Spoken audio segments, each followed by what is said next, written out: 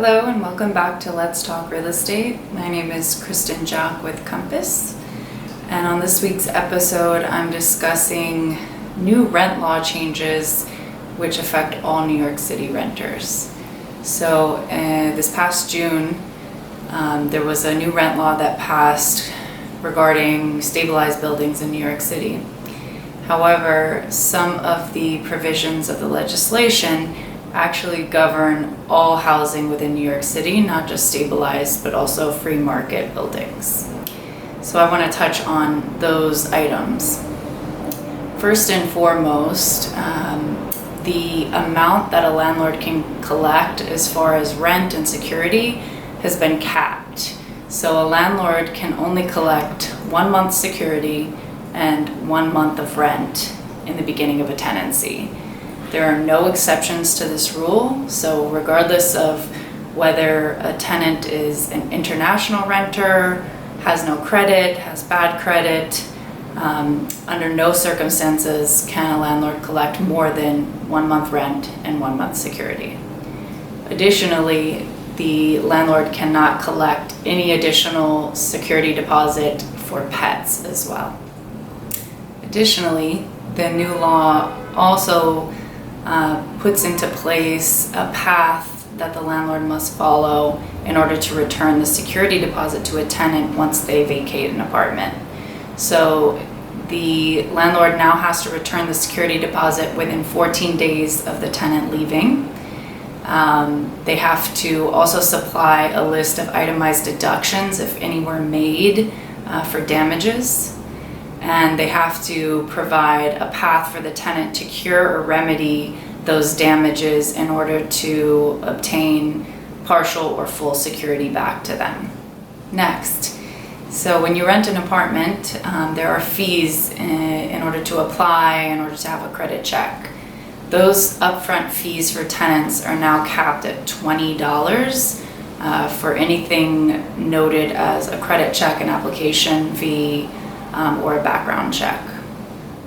Additionally, the new law also allows increased amount of time for a tenant, whether they're in a stabilized unit or a free market unit, to vacate a unit once their lease is expired.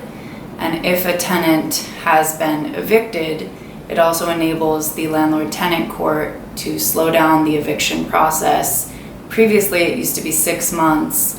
It's now being lengthened to up to a year if that tenant is unable to find similar housing nearby to where they're currently living. And in addition, the court also has to take into consideration the health and well-being of any tenant undergoing the eviction process, and in particular, any school-aged children that might be affected and whether the ability of them to get to school would be affected by the eviction. And another item that the new law affects for all New York City renters, if you've been living in a unit and the landlord intends to increase your rent by more than 5% or chooses not to renew the tenancy, they have to give a written notice to the tenant. If they are living there for less than a year, they have to be given 30 days notice.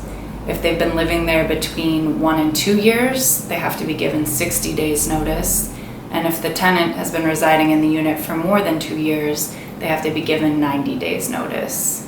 And this notice does need to come in the form of a notice from a written process server so that there is a record of the notice being given. And just a couple more. So if a tenant does pay their rent late, a landlord is required to give written notice to the tenant of their late payment. Now, if a tenant decides to vacate a lease early, the recoverable rent that a landlord can go after is now being limited by this new law as well.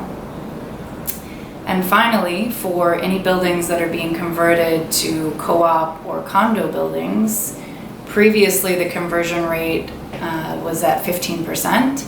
Now it's being increased to 51% of all apartments within the converted building have to be sold to existing occupying tenants. So that is limiting any new purchasers that are not currently residing in the building to be 49% or less in order to have the conversion approved. So I hope that this information is enlightening as much as it affects a variety of people across New York City, many renters. So I think it's useful information for people to be aware of. Please feel free to leave your comments, questions, or suggestions below. Have a wonderful day, and I will see you all next week. Take care.